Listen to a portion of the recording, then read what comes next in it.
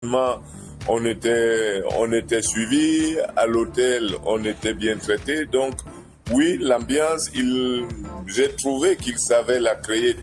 Un joli témoignage de joli chapeau. Un joli chapeau aussi, exactement. En tout cas, on le remercie de nous avoir répondu. Ça nous a fait plaisir. Bah, oui. En plus, ça s'était pas très bien passé pour les Camerounais. Ils avaient été éliminés dès la phase de poule. Très compliqué aussi en dehors des terrains. Bref, autre souvenir d'un match exceptionnel pendant cette Coupe du Monde selon Vincent Duluc.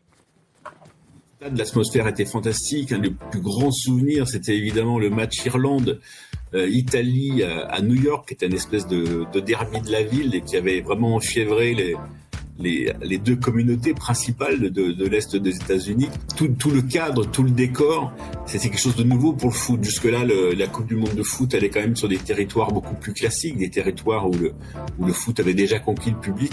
Et c'était la première fois que le foot s'attaquait comme ça à un continent où il était ni majoritaire ni populaire.